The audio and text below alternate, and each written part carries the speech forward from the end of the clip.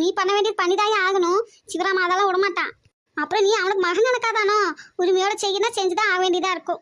ஒரு மகனா இருந்து நான் என்ன கடமை செய்யணுமோ அதை செய்வேன் பாட்டி, மாட்டேன்னுலாம் சொல்ல மாட்டேன்.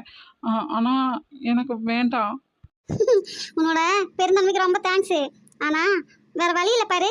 சத்யனுக்கும் சிவராமனுக்கும் நீ தான் மகனா இருக்கணும். அது மூத்த மகனா இருந்து நீ தான் எல்லாம் பண்ண வேண்டியதா இருக்கும். இன்னைக்கு நில எப்பவும் உனக்கு துணையா உன்னோட ரேகா, ரேவதி, விக்கி இவங்கெல்லாம் இருப்பாங்க. நாங்களும் இருப்போம்.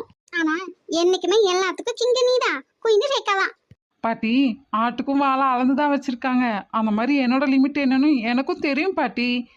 இப்போதான் சொந்த வீடு வாங்கியிருக்கேன், பிஸ்னஸ் ஸ்டார்ட் பண்ணியிருக்கேன். அதுவே எனக்கு போதும் பாட்டி. அதெல்லாம் சுபிச்சமா நல்லா வருமையா. என் பேத்தி தொடங்கி வச்சிருக்கா, அப்புறம் என்ன? ஆமா பாட்டி, அதுவும் எனக்கு ரொம்ப சந்தோஷம். போட்டோஸ் எல்லாம் பார்த்தேயா. ரகுபதி சாருக்கு, சத்யா கூட அனுப்பி வச்சேன். எங்க எல்லாருக்கும் ரொம்ப சந்தோஷம். என்ன